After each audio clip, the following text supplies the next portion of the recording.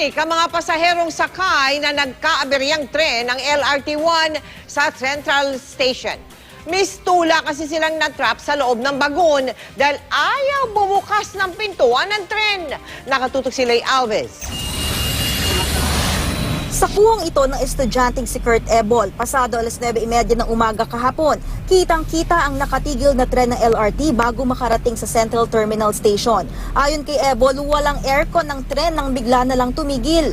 Punong-puno pa naman noong oras na yun ang bagon. Sa sobra raw init, pilit na binuksan ng ilang pasahero ang pintuan gamit ang emergency lever.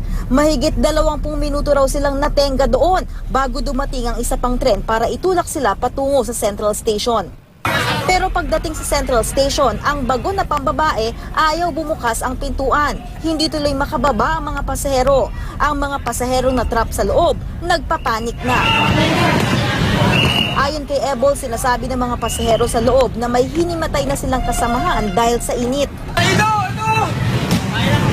Sinisenyasan ng isang tauhan ng LRT na pihitin ng mga nasa loob ang emergency lever pero tila hindi nila ito magawa. Pati ilang pasahero sa labas ng tren, sinikap buksan ng pinto pero wa epek.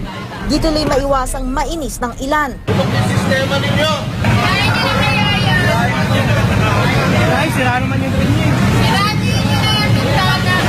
Sinubok ulit ng mga pasahero sa labas ng tren na buksan ng pintuan pero sinaway sila ng isang taga-LRT.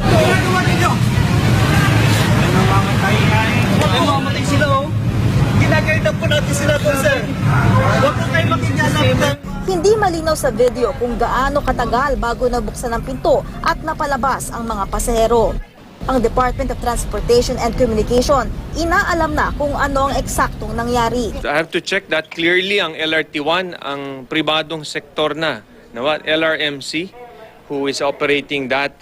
LRTA, I'm sure, is on top of them. That's the second incident. So it is being investigated by LRTA now. Nagpaalala rin sila na sa mga ganitong sitwasyon, dapat huwag magpanik.